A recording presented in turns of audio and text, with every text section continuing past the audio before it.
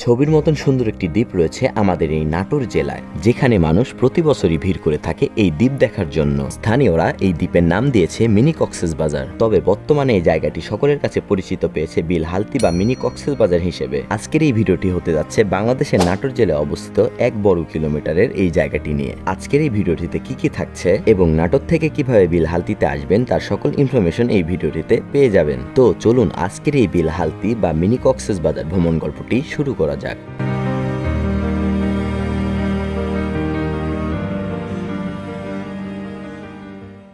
আমাদের এবারের বিলহালতি বা মিনি কক্সবাজার ভ্রমণ গল্পটি শুরু হতে যাচ্ছে রাজশাহীর তাহেরপুর বাস স্ট্যান্ড থেকে। এ যাত্রায় আমরা যাচ্ছি 6 সিটের একটি অটোরিকশা গাড়িতে করে। বিকেল 3টা 45 মিনিটে আমরা বন্ধুরা মিলে রওনা হই বিলহালতির উদ্দেশ্যে। জেনে রাখা ভালো, তাহেরপুর থেকে বিলহালতির দূরত্ব মাত্র 19 কিলোমিটার, যেখানে পৌঁছাতে সময় লাগবে আনুমানিক 40 থেকে 45 মিনিটের মতন। এ যাত্রায় আমাদের অটোরিকশা ভাড়া পড়েছে জনপ্রতি 100 টাকা করে। যাত্রাপথে দেখতে পাবেন দীর্ঘতম লম্বা 12 নদী, সাথে আরো দেখতে পাবেন আকাশে বর্ষার মাসের সারি সারি মেঘের ভেলা, যা আপনাকে আমাকে এর সৌন্দর্য মুগ্ধ করবে। আলহামদুলিল্লাহ, আমরা 19 কিলোমিটার যাত্রা শেষ করে আমরা পৌঁছে গেছি সেই কাঙ্ক্ষিত ভ্রমণ স্পট বিলহালতিতে। হালতিতে পৌঁছে আপনাদের প্রথম যে কাজ হলো সেটি হচ্ছে বোট নৌকা ভাড়া করা। আপনি যদি বিলহালতির 5 থেকে 6টি গ্রাম ঘুরে দেখতে চান তাহলে আপনাদের জনপ্রতি নৌকা ভাড়া পড়বে 40 থেকে 50 টাকা পর্যন্ত। আর যদি 5 থেকে 6 জন বা 8 থেকে 10 জন নৌকা রিজার্ভ নিতে চান তাহলে নৌকা রিজার্ভ ভাড়া পড়বে 600 থেকে 700 টাকা পর্যন্ত। এক্ষেত্রে আমি যেটা মতামত দিব, 5 থেকে 6 জন হলে আপনাদের ক্ষেত্রে নৌকা রিজার্ভ নেওয়াটাই বেটার হবে। অবশেষে আমরা আল্লাহর নাম নিয়ে বিলহালতি গ্রামগুলো দেখার উদ্দেশ্যে রিজার্ভ নৌকা নিয়ে রওনা হই।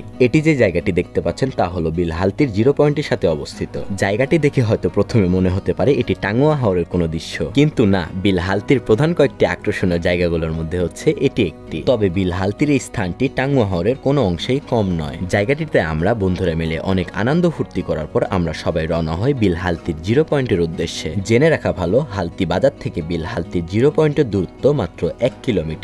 আল্লাহর নাম নিয়ে আমরা অবশেষে পৌঁছে যাই বিলহালতির 0 পয়েন্টে। আলহামদুলিল্লাহ, আমরা অবশেষে পৌঁছে যাই বিলহালতির 0 পয়েন্টে। জায়গাটি ছোট হলেও এই পয়েন্টের চারিদিক অপরূপ দৃশ্য আপনাকে বারবার মুগ্ধ করবে। প্রায় সন্ধ্যা নাগাদ 20 থেকে 25 মিনিট 0 পয়েন্টে ঘোরাঘুরির পর আমরা রওনা হই বাসার উদ্দেশ্যে। আজকে বিলহালতি ভ্রমণ গল্পটি এখানেই শেষ হতে যাচ্ছে। সে পর্যন্ত সবাই ভালো থাকবেন, সুস্থ থাকবেন এবং দেশের বিভিন্ন জায়গার ভ্রমণ গল্পটি পেতে মিল্লাদন্দগের সাথে থাকবেন। ধন্যবাদ।